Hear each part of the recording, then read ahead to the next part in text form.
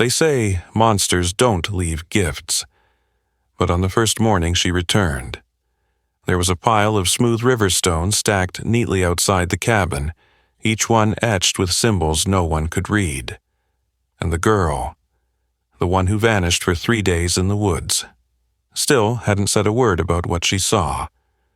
Her name was Maisie Quinn, 10 years old, last seen walking the Southern Trail with a group of friends. Somehow, she ended up 15 miles away, deep inside Cedar Hollow, a place locals barely dared name out loud. She was found by Eli Walker, a retired city cop who had returned home chasing peace and silence. What he found instead was a creature out of legends and a memory that belonged to his grandfather. The story, of course, didn't begin with the girl.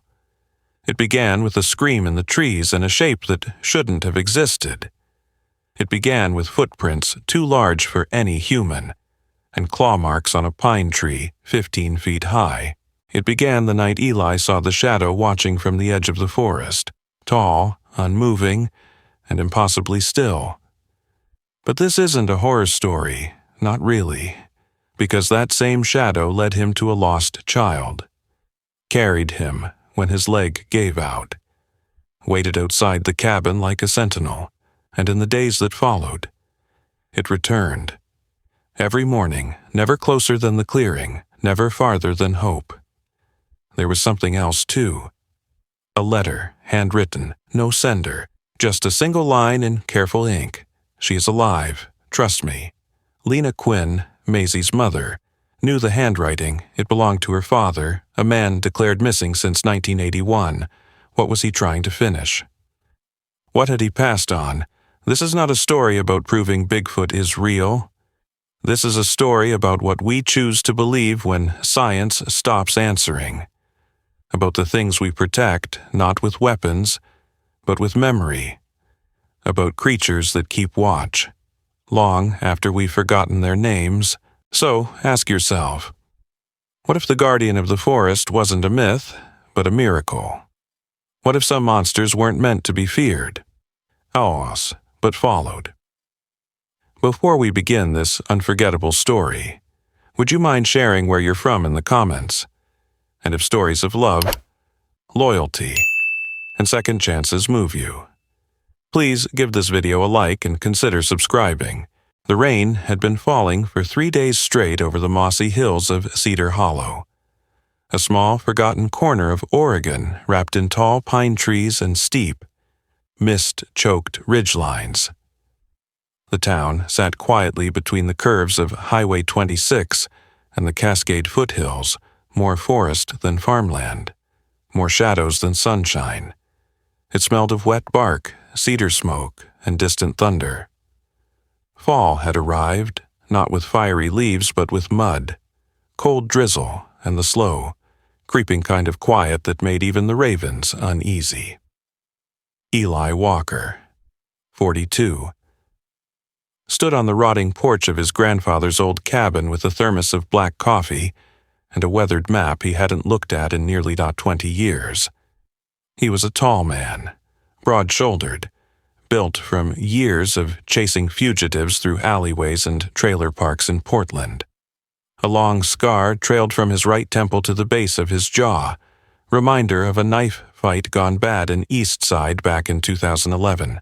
His eyes, once keen and restless, were now soft around the edges, like someone always waiting for the next regret to surface. He hadn't smiled much since Cody Briggs died last spring, an overdose. The department said Eli knew better. Cody had been clean for 6 years. The cabin was a monument to time. Its cedar siding, long gray from rain and wind, leaned slightly toward the earth like it, too. Was tired of standing inside. It smelled of old firewood, dust, and tobacco that had seeped into the floorboards decades ago. Eli's grandfather, Harlan Walker, built it in 1956 after retiring from the logging mill. The man was a ghost now, and the cabin wasn't much more solid, but it was all Eli had left that didn't come with a file number or a broken badge that afternoon. around 3:40 p.m. The rain finally thinned into a fogging mist. Eli decided to walk the ridge trail behind the cabin, a narrow path that climbed through thick ferns and slick roots, winding along the old property line. The forest was darker than he remembered. Or perhaps he was simply older, slower. The pines here were ancient, their trunks too wide to wrap your arms around, their limbs high enough to lose sight of the sky. Each step squelched in moss and mud. Every bird call felt like it came from 100 miles away. That's when he saw it. At first, it looked like a bear, tall, dark, and unmoving at the base of a Douglas fir 30 yards ahead. But bears didn't stand like that. And they didn't watch you without blinking. The creature was massive, well over 7 feet, its body hunched forward slightly as if listening. Thick, dark hair covered its frame, matted with debris, but not unkempt. Its limbs were long and heavy, but not brutish. Its eyes, even from a distance, seemed human, not in shape, but in presence. Eli froze, the kind of freeze born of instinct and training. No weapon, no backup, just him, a windbreaker, and the strange rush of adrenaline that flooded old veins when the unknown stared back. He whispered aloud, "What the hell?" And the creature turned, slowly, smoothly, and stepped behind the tree line without a sound. Eli hesitated. Logic screamed to turn back. But something else, something older, maybe in his blood, drew him forward. He followed. Meanwhile, just 12 miles south, in the edge of Millwood, a small school bus was unloading students after their shortened Thursday schedule. Parents stood in driveways, some with umbrellas, others just letting the drizzle run off their coats. One mother, however, wasn't there, Maisie Quinn, age 10, with freckles like cinnamon across her cheeks and a gap between her front teeth. Didn't come home that day, her friend, Ellie Vaughn. Told the bus driver Maisie had said she was going to take a shortcut through the woods near Carter's Bridge. No one knew exactly what that meant. Maisie was smart, adventurous, and too brave for her own good. She had a knack for sneaking off into nature, with her purple backpack stuffed with field journals and granola bars. Her parents, Lena and Robert Quinn, ran the town's hardware store. They were used to her independence, but not this silence. By sunset, a search party was already forming. Back in the woods, Eli had walked for nearly an hour deeper into unfamiliar territory. The fog thickened between the trees, and every shadow stretched like it had a secret. His boots were soaked, and his flashlight flickered with low battery. But he kept going, tracing broken branches and faint impressions in the mossy ground. Once or twice, he spotted large footprints, not exactly human, not exactly animal. Then came the smell, earthy but strong, like wet leaves and old fur. He reached a clearing he didn't remember from childhood hikes, half moon-shaped, ringed by old stumps and a fallen log split in two. In the middle of it stood the creature again, motionless. It didn't run, it didn't roar, it just watched him. Eli raised a hand slowly, not in threat, but habit. The old, non-hostile gesture they used in police work. His voice came out low. "You're not just a story. Are you?" The Bigfoot blinked, then, for the first time. It took 2 deliberate steps toward the far edge of the clearing and looked back. Not a warning, an invitation. Eli stared, breathing hard. He had faced cartel dealers, domestic standoffs, and the worst nights of his own trauma.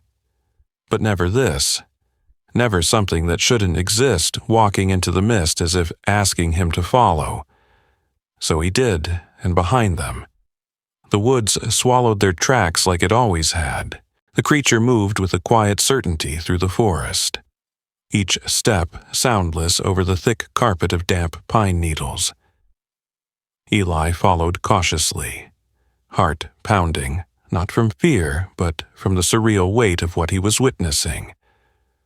The fog had deepened, clinging to the trees in ghostly wisps, dimming the fading light. The path was no path at all, just the vague impression of direction, as if nature itself bent around the massive being guiding him. Eli's boots slipped on moss-covered roots, but he pressed on, branches snagging at his sleeves, breath fogging the air. He no longer checked his watch. Time had become irrelevant here. The Bigfoot, if that's what it truly was, occasionally glanced back, making sure Eli hadn't fallen behind. Its dark eyes glimmered in the gloom, not beastly, not benign, but knowing. After what felt like an hour, they emerged into a hollow. Encircled by trees so tall their tops vanished into the mist, there, half swallowed by thickets and thyme, stood an old cabin. The structure sagged to one side. The tin roof collapsed inward, ivy creeping over the cracked window panes. It wasn't on any map Eli had seen, and he had studied dozens in the sheriff's office back in the day. The Bigfoot stopped at the edge of the clearing and crouched low behind a boulder, its form melting into the surroundings. It didn't follow Eli any farther, just watched. Eli stepped forward, boots squelching in the wet grass. The cabin's door hung half open. He pushed gently, and it creaked on rusted hinges, revealing a single room strewn with debris, broken chairs, moldy paper, shattered glass. The musty air reeked of mildew and something else, faint, human, and desperate. Then he heard it. A soft moan, barely audible, like the sound of someone trying to cry with no strength left. Eli froze, heart kicking. "Hello." His voice cracked in the stillness. "Is someone in here?" No answer, just another whimper. The sound came from the far corner, beneath a collapsed rug and warped floorboards. Eli dropped to his knees, hands working fast to peel away the rotting fabric. Underneath, hidden beneath broken slats of wood, was a trap door. He gripped the rusted ring handle and pulled. The smell hit him immediately, stale air, damp earth, and the faint ammonia scent of sweat and fear. He flicked his flashlight down. There, curled in the corner of a dirt-walled crawlspace, was a child. Her frame was small, her face streaked with grime and tears, blonde hair matted to her temples. The purple backpack beside her was half open, contents spilled. It was Maisie Quinn. Eli climbed down carefully. "Maisie," he said gently. "My name's Eli. I'm here to help." She blinked slowly, too weak to speak. He checked her pulse, thready but steady.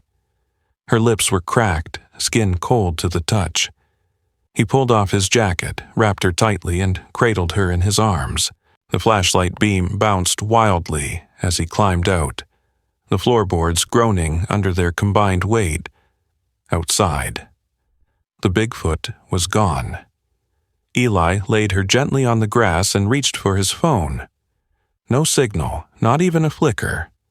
He cursed under his breath, then looked up at the darkening sky. Night was coming fast. "I'll get you out of here," he whispered, mostly to himself. He carried her into the cabin, placing her near the hearth where the wall was least damaged. He found an old tarp in a corner, shook off the spiders, and wrapped it around her for insulation.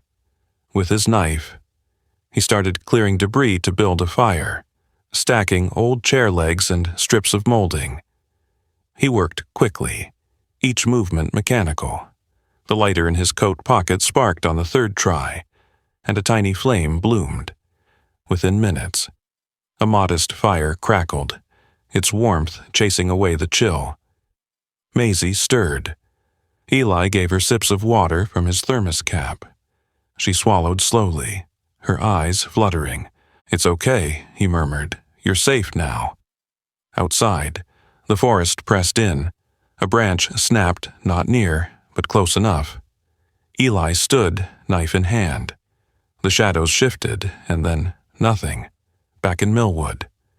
Lena Quinn sat on the couch, face pale, fingers clutched around a damp paper napkin. She was a petite woman in her mid-30s, sharp features and anxious energy, her brown hair twisted into a frazzled knot. Normally a decisive shopkeeper with a no-nonsense tone. Lena now shook like a leaf in a storm. Beside her, Robert Quinn, taller, barrel-chested, wearing an old flannel and wet jeans, stood talking to Deputy Carla Boone. Carla, in her early 40s, had a soft round face and steel-gray hair pulled back tight. She was known in town for her calm under pressure and her fierce loyalty. A widow for 8 years, she had no children, but every lost kid became hers in moments like this. "We've checked both ends of Carter's trail," Carla said, scratching notes into her waterproof pad. Dogs picked up a weak scent by the river bend but lost it near the old culvert. Lena's voice cracked. "She's afraid of the dark." Robert placed a hand on his wife's shoulder. "Maisie's tough. You said she knows how to make a shelter." "Right. She's 10. "Robert," Lena snapped, then bit her lip. Ashamed, Carla offered a patient nod. "We've got more volunteers coming from Riverton by dawn. I promise. We're not giving up. In the cabin." The firelight danced across the peeling walls. Maisie was asleep now, her breathing steadier. Eli sat nearby, legs crossed, eyes on the dark beyond the broken doorway. He still didn't know why the Bigfoot had led him here, but deep down, something told him this wasn't coincidence, not instinct, not chance. Something older. Maybe even something trying to make a wrong right. The rain had returned to Cedar Hollow by mid-morning, tapping softly on the sagging tin roof of the ruined cabin. Inside, the air was still thick with wood smoke from the night before, but warmer now, holding the faint breath of life. Eli Walker crouched by the hearth, watching the embers flicker as Maisie Quinn slept soundly beneath his jacket. Her small frame rose and fell in a gentle rhythm. Her face pale but calm. She was alive. And that meant something in a world that had given Eli too many endings. As the wind sighed through the broken boards, Eli stood and began to explore the cabin in full daylight. His boots creaked on warped planks as he stepped through debris left behind by time. Rusted hinges, broken chair legs, a shattered lantern, in a far corner, behind a toppled shelf half covered in mildew. His eyes caught a faded metal trunk. Its brass latch was green with corrosion, but still intact with effort. Eli pried it open. Inside were bundles of papers, preserved better than expected. There were manila folders stamped with a strange emblem, an eye inside a triangle, encircled by bold block letters. UMSG. Below that, Unnatural Monitoring and Suppression Group. He flipped through the first folder. A typed report dated June 1966 described an incident in the Olympic forests. Large hominid sighted at dusk. No aggression displayed. Eyes intelligent. Entity disappeared into canyon. Another described tracks near Cedar Hollow in 1969, noting measurements and signs of an old injury. The tone of the reports was clinical, even military. Then came the handwriting. Sharp. Deliberate pen strokes across yellowing paper. Eli recognized it instantly. Harlan Walker, his grandfather. One note read, "I found the young one again today. Limping. Left foot caught in an old wire snare, probably laid by poachers. It didn't run this time, just watched. I brought a tin of beans and some water. He let me leave them nearby." His eyes, not wild, just wary. Like a child who's been hunted. Another. "They're coming. The men from the agency. I don't trust them. They talk about containment, but what they mean is elimination. I won't let them find him." Eli sat heavily on a crate, heart pounding. His grandfather hadn't just encountered the creature. He had protected it, hidden it, risked himself to keep it safe, and all this time. Eli had thought Harlan's late-night ramblings and old forest maps were just remnants of an aging mind, but here was proof, quiet and undeniable. As he read deeper, he found a weathered blueprint of the land around Cedar Hollow, hand-drawn in ink, showing paths not marked on any map Eli had seen, some leading deep into the mountains, others curving back toward their own property. A red X was marked beside a stream bend, with a note beside it. "Last seen here, left berries." He took them. Eli folded the papers slowly, reverently. Maybe the Bigfoot that had led him to Maisie was the same one Harlan had known. Maybe it remembered. Not just Harlan, but something older, a bond, a debt. He packed the documents into his backpack just as Maisie stirred. Her voice faint. "Is he gone?" she whispered. Eli nodded, just stepped out. "I think, but he'll be back if we need him." Maisie smiled weakly and drifted back to sleep. Meanwhile, 15 miles south in the quiet town of Millwood, Lena Quinn sat in her daughter's bedroom, numb fingers running along the edges of Maisie's last drawing. A stick-figure forest with a towering shadow beside a girl who looked just like her daughter. Lena had hardly slept. Her husband Robert had joined the search team hours ago, and the house felt hollow. Desperation had taken her to the attic, somewhere she hadn't been since her father's death. Eldon Marsh had been a complicated man, stern, secretive, always staring too long at the horizon like it was hiding something. A former forest surveyor. He had filled the attic with rolled maps, notebooks, and boxes marked with cryptic symbols. She found it in a dusty wooden cigar box tucked beneath a pile of old forestry permits. A letter, folded 3 times, yellowed but still crisp. The handwriting wasn't her father's. It was blocky, rushed, unfamiliar. There was no return address, no date. She unfolded it and read, "You don't know me, but I know what took her, and I know where she is. The forest is old. Older than you think. Older than any name we've given it. But she's not gone, not yet, if you want to find her. Follow the map. Trust it. Conbay Consong. Tintoy." A simple hand-drawn map was attached. A winding path, marked with crude landmarks. The 3 Ashes, Carter's Bridge, and a final destination encircled in black ink. Lena stared at the words for a long time. Her hands trembled as she lowered the paper. It was crazy. It made no sense. But the map, she recognized part of it.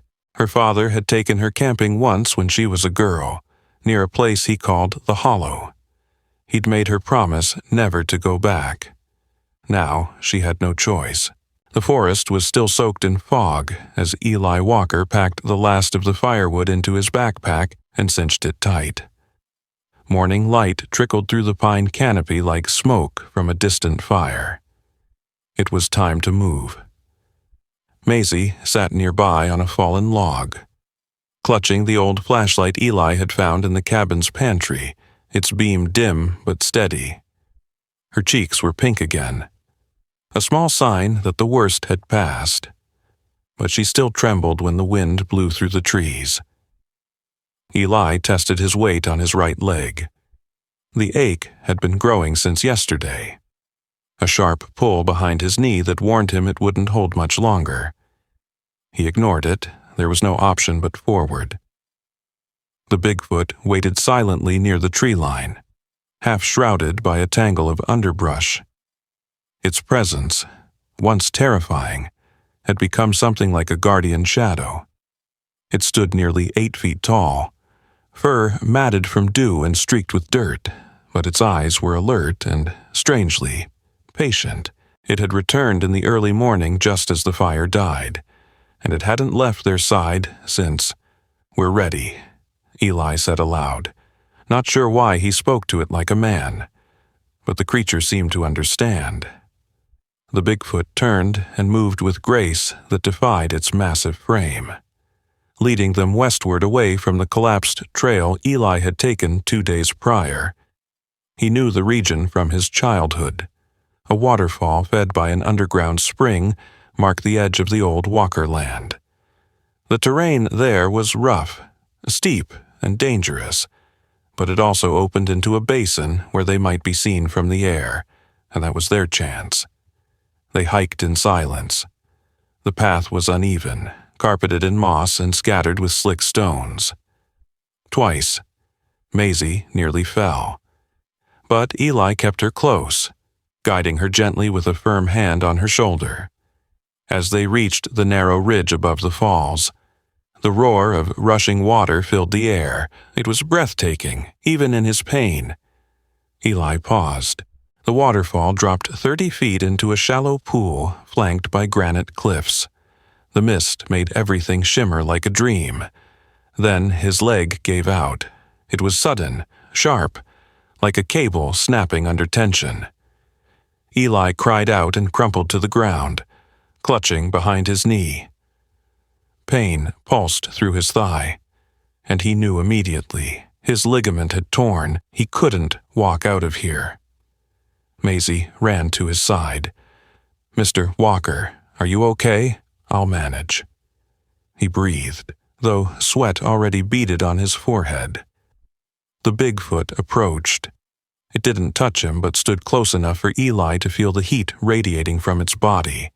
Its massive hand reached down, not with force but with offer.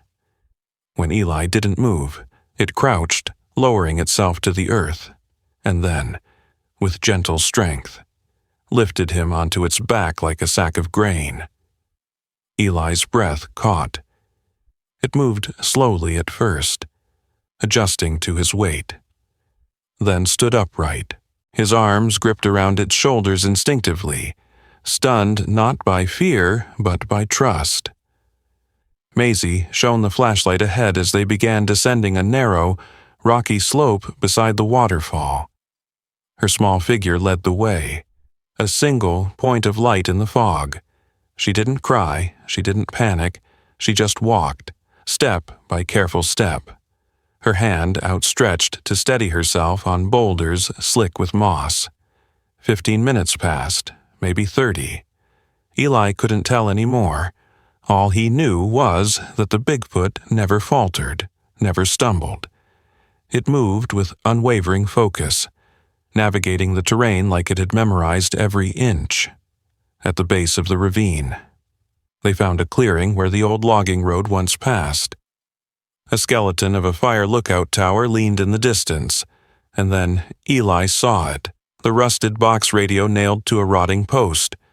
He hadn't seen one of these since he was a deputy in his 20s. It might be dead, but it was something. Maisie helped prop him against the wooden post. Eli pulled the panel open and twisted the power dial. Nothing. He cursed under his breath, and then slammed the side with his fist. A flicker. Then a low hum. A red light blinked. He grabbed the receiver. "This is Eli Walker. I have the missing girl. We are 2 miles west of the ridge. We need medical. Repeat, we need a vac. Over. No response." He tried again, adjusting the channel. A moment later, static, then a voice. "Copy that. Eli, chopper's en route. Hold position." Eli slumped back, breathing hard. 30 minutes later, the chop of rotor blades broke through the forest hush. In the Quinn household, Lena stood at the kitchen counter with her husband Robert, staring blankly at the old letter spread across the table. It was the same one she'd found in her father's belongings. Same blocky handwriting. Same map. Same note that still made her skin crawl. Conbe Con Song, Tin Toy. Robert, mid-40s, strong-jawed and often too quiet, had been wearing the same flannel shirt for 2 days. He traced the lines on the map with a calloused finger. "This," he said, voice low. "This is your dad's drawing style. I remember it. He taught me to read compass lines like this when I worked with him summers. I'd bet money he wrote this just with his left hand." Lena blinked, but he disappeared. In '81, they said he fell into the gorge during a storm. Robert nodded slowly. What if he didn't? What if he stayed out there? Before Lena could respond, her phone rang. It was Carla Boone. When the helicopter landed in a field outside town, it was nearly dusk. The search party gathered as the rear doors opened and Maisie Quinn stepped down, her legs unsteady, face pale but alive. Lena ran to her before the medics could stop her, arms wide and shaking. Maisie fell into her mother's embrace, whispering, "I'm okay, Mommy. He saved me." Robert stood nearby, trying and failing to hide his tears. Behind them, Eli was lifted gently onto a stretcher, his legs splinted. He raised a hand weakly as Lena passed, and she stopped. "Was it you?" she asked. "Did you find the map?" Eli looked puzzled. Lena swallowed. "It's just someone sent me a letter. A map. It led me to the hollow." Eli's eyes narrowed. "Then maybe someone wanted you to believe. Did you see him?" she asked in a whisper, the one from the stories Eli didn't answer. But in the shadows beyond the field, just before night claimed the last sliver of daylight, a tall shape stood still beneath the trees, watching. Then it turned and vanished into the forest. The winter mist lay thick across Cedar Hollow, curling through the trees like breath held too long. Snow hadn't arrived yet, but the bite in the air whispered that it would soon. Eli Walker stood on the porch of the old cabin, now restored plank by plank, and watched the forest with a quiet familiarity. He wore a heavy canvas jacket patched at the elbows, and his leg, still healing from the injury, was braced in a soft orthopedic sleeve beneath his jeans. The limp was permanent now, a reminder etched into muscle. But Eli didn't mind. He'd traded the chaos of his past life for something steadier, slower, something that hummed just beneath the surface of the trees. He sipped from a dented thermos as dawn crept into the valley. Out past the tree line, a shape stood unmoving, half wrapped in mist. Towering, broad-shouldered, cloaked in dark fur, the creature, the one Eli never named publicly, only privately as the guardian, watched him with those deep-set eyes that understood far more than words could convey. It had come every morning for weeks, never closer than the line of pine that marked the edge of the hollow, never farther than the reach of trust. The cabin had changed too. Once a forgotten relic of his grandfather's secrets. Now it bore the carved sign, Cedar Hollow Observation Station. Eli had filed it through a local conservation initiative under a wildlife research grant. It was just obscure enough to avoid scrutiny, just official enough to protect the land from logging or development. What he studied, what he recorded, he kept separate, stored in thick leather-bound field journals that never left the cabin. Maisie Quinn visited most weekends. She always brought a notebook and colored pencils, her eyes wide with questions and stories. Today, she had on her purple snow boots and a hand-knit hat with antlers sewn onto the sides. Her blonde hair peeked out in tangles, and her cheeks were red from the cold. "Mr. Walker," she said seriously, pulling a folded paper from her coat. "I finished the first issue." Eli raised an eyebrow. "Of the Green Giant of the Hollow." She announced, "It's about a big, shaggy protector who saves lost kids and keeps secrets from bad people." She opened the page. revealing bold, messy sketches of the Bigfoot, drawn huge and noble, standing beside a girl with a backpack. Eli chuckled softly. "That looks just like you," he said. Maisie grinned. "I made him a little taller, so people wouldn't think he's just a man in a coat." They sat together on the porch steps as Eli turned the pages. The sky above the pines lightened to pale silver, and the wind stirred the bare branches overhead. At the edge of town, Lena Quinn knelt on the wooden floor of her father's old attic. Sunlight from the window caught the dust dancing in the air. She had spread out his old field notes across the floor, hundreds of loose pages, sketches of tree rings, strange symbols, and annotations in 3 languages. She had begun cataloging them weeks ago, after recognizing the handwriting in the anonymous letter as her father's. The resemblance had been too precise to ignore. Her father, Eldon Marsh, had vanished in 1981 during a storm hike, declared lost by authorities. But Lena wasn't so sure anymore. Now, with every line she read, she felt like she was tracing his voice through time, in one note, written in neat blue ink. She read, "I helped him once, the younger one. I left apples at the stones." They remembered. She stared at that line for a long time, then circled it and wrote in her own journal. Dad knew him too. Lena had taken a leave from the hardware store and started compiling the notes into a digital archive. She wasn't ready to publish anything yet, would never be, she suspected, but something in her wanted the truth preserved, not for fame, for redemption, at the Hollow. Eli spent his afternoons repairing trail signs and documenting wildlife movement. The Bigfoot had not made contact beyond its morning watch, but Eli had grown attuned to its patterns, scattered piles of smooth stones, broken branches placed deliberately at eye level, sometimes even a crude spiral made of ferns. Messages, perhaps, or warnings. He never disturbed them that week. Eli received a visit from Marlene Roach, a local park ecologist in her 50s with sharp cheekbones, cropped silver hair, and a voice like dry paper.